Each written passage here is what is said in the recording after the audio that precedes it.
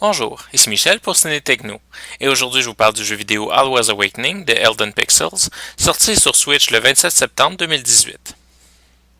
Alwa est menacé par d'anciens mages ayant pris possession d'ornements magiques, leur donnant de grands pouvoirs. Zoé, une jeune mage attendue de tous, est le seul espoir du monde. Décrit comme un Metroidvania, Alwa's Awakening va piger dans un spectre beaucoup plus large des jeux vidéo des années 80, que ce soit dans le RPG, le jeu d'aventure ou le jeu de plateforme. Évidemment, tout ce qui est univers interconnecté nous ramène obligatoirement à Castlevania et Metroid, les jeux qui ont donné leur nom au sous-genre. Mais en jouant, on se rend compte que le style du jeu est très proche de Zelda 2 The Adventure of Link au Nintendo, par la gestion des magies et par les combats qui, originalement à l'épée, se fait maintenant au sceptre magique. Parce que la magie, contrairement à beaucoup d'autres jeux dans le même genre, est moins sinon pas du tout offensive, mais sert plutôt d'outil pour progresser à travers les différentes parties de la route, qui se révèlent presque toutes être des casse-têtes et des énigmes. Pour les plus observateurs, vous remarquerez que le plan arrière, quand il représente des montagnes et la lune, est une référence, voulue ou non, au style de Ninja Gaiden 2, toujours au NES.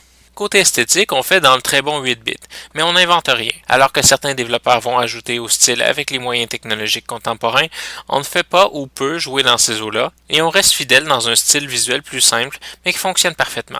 Le jeu est un peu court et il n'est pas particulièrement difficile d'arriver au bout et de le compléter à 100% une fois qu'on sait quoi faire.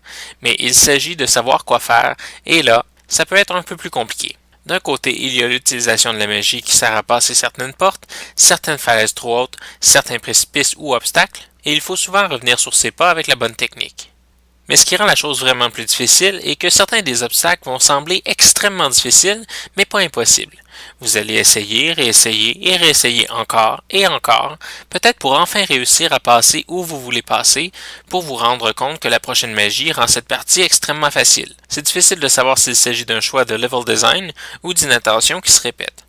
Mais dans beaucoup de jeux du style Metroidvania, on va plutôt rendre visiblement impossible à passer les endroits où il faut avoir en sa possession un certain objet ou une habileté plutôt que de laisser le joueur se casser la tête. Bref, Alwa's Awakening est un jeu très amusant qui réussit à créer une belle balance entre l'avancement dans le jeu et le défi qu'il représente. C'est un jeu extrêmement difficile, mais qui offre un mode assisté qui permet de choisir quelques options pour aider à traverser le jeu. C'est aussi le genre de jeu qui offre assez de rejouabilité pour donner envie de le refaire une deuxième fois. Cette fois, probablement, avec beaucoup plus d'aisance.